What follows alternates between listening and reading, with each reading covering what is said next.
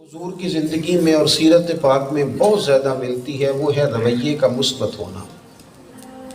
منفی سوچوں سے، منفی خیالات سے، برا سوچنے سے اور بڑی جلدی بری رائے قائم کرنے سے اپنے آپ کو بچانا، اچھے جذبات رکھنا، اچھی امیدیں وابستہ رکھنا، خیر کی بات کرنا۔ اللہ تبارک و تعالیٰ نے بڑی خوبصورت مخلوق بنائی ہے، لیکن کچھ لوگ ایسی اینک لگا لیتے ہیں کہ انہیں ہر جگہ نقص ہی نقص نظر آتے ہیں، ہر جگہ غلطیاں ہی دکھائی دیتی۔ کسی نے کہا تھا خدا مجھے ایسی خدائی نہ دے کہ اپنے سوا کچھ دکھائی نہ دے۔ کیا فائدہ اس خیر کا کہ انسان کہے کہ جو کچھ تھا سمٹ کر میرے پاس ہی آ گیا اور کہیں ہے ہی کچھ نہیں۔ مثبت رویہ، مثبت سوچ، ہمیشہ کسی بھی چیز سے مثبت پہلو نکالنا، خیر کی بات کرنا۔ بڑا شدید جھگڑا ہو جاتا ہے کہ ایک دفعہ انسان کا اپنے گھر، اور اس کے جذبات بڑے زیادہ جوش میں آ جاتے ہیں اور بڑی سخت باتیں کرتا ہے۔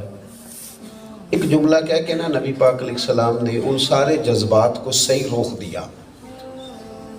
آپ کبھی بھی دیکھ لیں ازدواجی زندگی میں جب رائے کا اختلاف میاں بیوی کا ہوتا ہے تو وہ بات بڑی دور تک جاتی ہے، خاندان بکھرتے ہیں، ٹوٹتے ہیں۔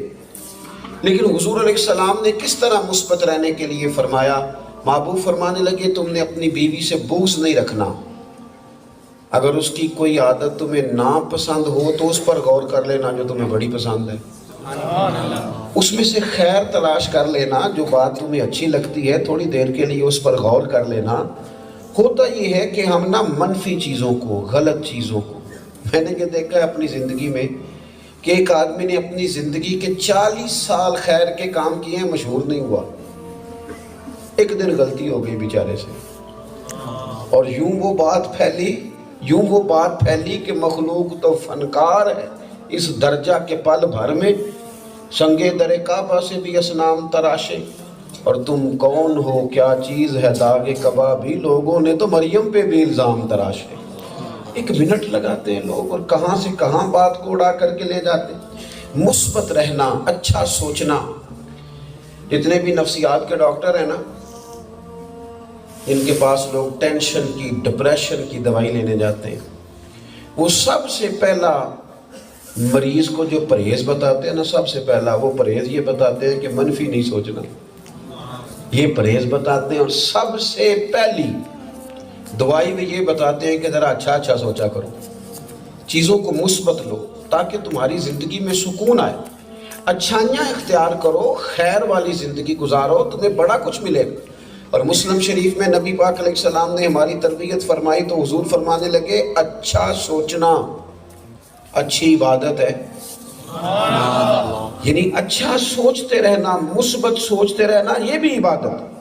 حضور علیہ السلام نے رویوں کو مثبت رکھا، کبھی بھی کسی منفی پہلو، آپ دیکھیں نا انسانوں میں غلطیاں بھی ہوتی ہیں اور خوبیاں بھی ہوتی ہیں۔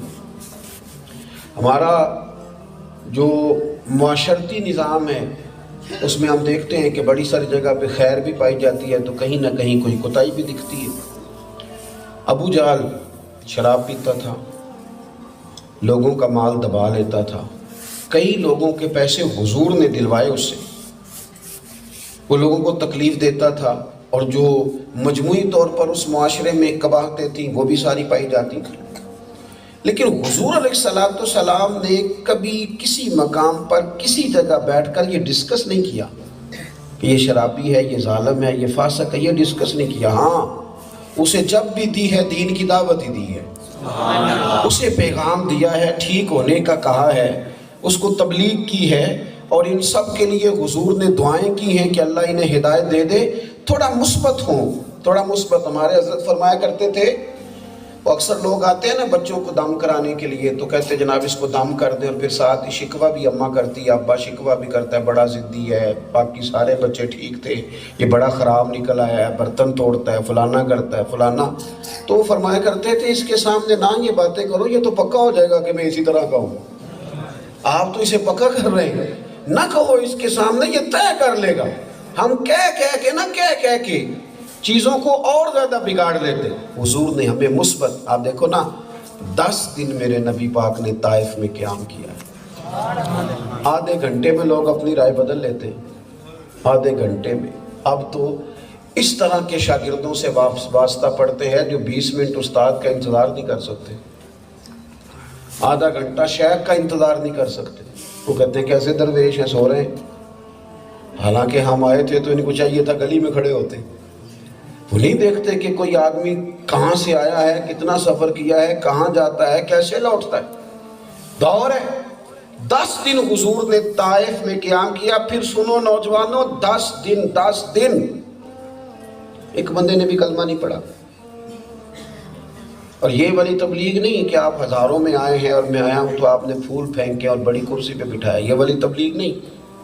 حضور ایک دروازے پہ جاتے، دستک دیتے، وہ باہر آتا تو اسے دین کی دعوت دیتے، اور وہ انکار کرتا معاذ اللہ، حضور دوسرے دروازے پر جاتے۔ 10 دن یہ ڈیوٹی کی نبی کریم نے۔ ایک بندے نے بھی کلمہ نہیں پڑھا، الٹا انہوں نے روڑے مارے۔ یہاں تو کوئی ذرا تلخ بول دے تو فوری طور پہ ہم اس کی غلطیاں گنوانی شروع کر دیتے، ہم کہتے ہیں صحیح ہو ہی نہیں سکتا، فطرت ہی ٹھیک نہیں، معاذ اللہ، اس کہاں تک پہنچ جاتے۔ انہوں نے روڑے مارے، تکلیف دی۔ حضور ایک باغ میں آ کے بیٹھ گئے۔ ہمارے ہاں بھی لوگ معاف کرتے ہیں، پر وہ والے جن کے پاس بدلہ لینے کی طاقت نہ ہو، لیکن یہاں فرشتے ہاتھ باندھے کھڑے ہیں، یا رسول اللہ اگر آپ حکم کریں تو دو پہاڑوں کے بیچ رکھ کے پیس دیں انہیں۔ تو حضور نے فرمایا نہیں، تم جاؤ۔ حضرت زید رضی اللہ تعالیٰ عنہ نے عرض کی حضور کریں دعا، یہ تباہ ہو جائیں۔ تو حضور نے ہاتھ اٹھا کے دعا کی۔ جس طرح بندہ چھوٹے بچے کے بارے میں نہیں کہتا کہ ابھی اسے پتہ ہی نہیں، ابھی اسے عقل ہی نہیں، حضور دعا کر رہے ہیں، کہتے ہیں یا اللہ انہیں ہدایت دے دے، انہیں پتہ ہی نہیں یہ کیا کر رہے ہیں، انہیں شعور ہی نہیں ہے، خبر ہی نہیں ہے کیا کر رہے ہیں۔ حضرت زید کہتے ہیں میں نے عرض کی حضور ایک بندہ تو مانا نہیں، اور ساری بستی ہم نے گھوم لی اور 10 دن وقت دیا، ابھی بھی آپ کو ان سے امید ہے؟ تو کیا کہا میرے کریم نے؟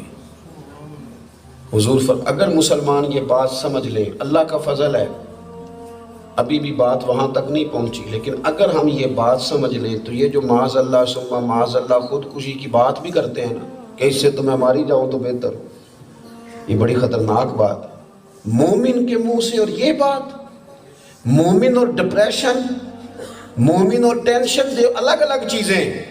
مومن کو لوارث ہے، رب رسول والا ہے، تو یہ اتنی جلدی کیسے ٹینشن میں آ گیا اور اتنی دور کی اس نے بات کر دی؟ معاذ اللہ ثم معاذ اللہ۔ حضور علیہ السلام سے عرض کی حضور ایک بھی نہیں مانا اور آپ ابھی بھی کہہ رہے کہ اللہ انہیں ہدایت دے دے، تو یہ تو سمجھ نہیں رہے، آپ کی دعا بڑی محبوب عالی شان ہے، پر کچھ سمجھایا جائے۔ تو کیا کہا نبی کریم نے؟ حضور فرمانے لگے زید اگر یہ نہیں بھی نہیں مانتے، میری امید ان سے بالکل نہیں ٹوٹی، اگر یہ نہیں مانتے اور ان میں سے کوئی بھی نہیں مانتا تو میری امید یہ ہے کہ ان کی آنے والی نسلیں مان جائیں گی، ان کی اگلی نسل مان جائے گی، یہ کلمہ پڑھ جائیں گے۔ جب تک ہم مثبت نہیں رہتے، جب تک ہم مثبت نہیں رہتے تب تک زندگی کا لطف نہیں اٹھا پاتے، خوبصورتیاں نہیں حاصل کر پاتے۔ میں کبھی کبھی لکھتا ہوں، لکھ رہا ہوں، اللہ کرے اب کو کبھی بیٹھنے کا موقع کم ملتا ہے تو قلم سے ساتھ بھی اس طرح کا نہیں رہتا۔ میں نے اپنی زندگی میں ان لوگوں کا تذکرہ لکھنا شروع کیا ہے جنہیں میں نے بڑا ہی اعلیٰ پایا، بڑا ہی الفا پایا۔ میں نے اپنی زندگی میں بڑے بڑے کمال لوگ دیکھے، بڑے بڑے عالی شان لوگ دیکھے۔ ان کو کسی نے کہا کہ آئے آپ کو لاکھوں روپیہ دیتے ہیں فلاں کام کر لے، انہوں نے کہا نہ بھائی، ہمیں تو اللہ کے گھر کی، اللہ کا جو گھر ہے مسجد، ہمیں تو اس کی خدمت کرنی ہے۔ لوگوں نے اپنے روحانی ذائقے مضبوط کیے، بڑے بڑے، ایک تو مثبت رہیں زندگی میں، اچھائیوں کا پرچار کریں۔ ہمارے ملک کو جب لوگ باہر سے دیکھتے ہیں نا، وہ کہتے ہیں پتہ نہیں کس طرح کا ملک ہے، کیونکہ ہر بندے تو دوسرے کا شکوہ ہی کر رہا ہے۔ ایسے لگتا ہے جیسے کوئی ایسا جتھا ہے جو بالکل بے ہنگم ہے، سب شترے بے مہار ہے، حالانکہ ایسا نہیں ہے۔ اللہ کے فضل سے صبح اذان ہوتی ہے تو سینکڑوں لوگ مسجد جاتے ہیں۔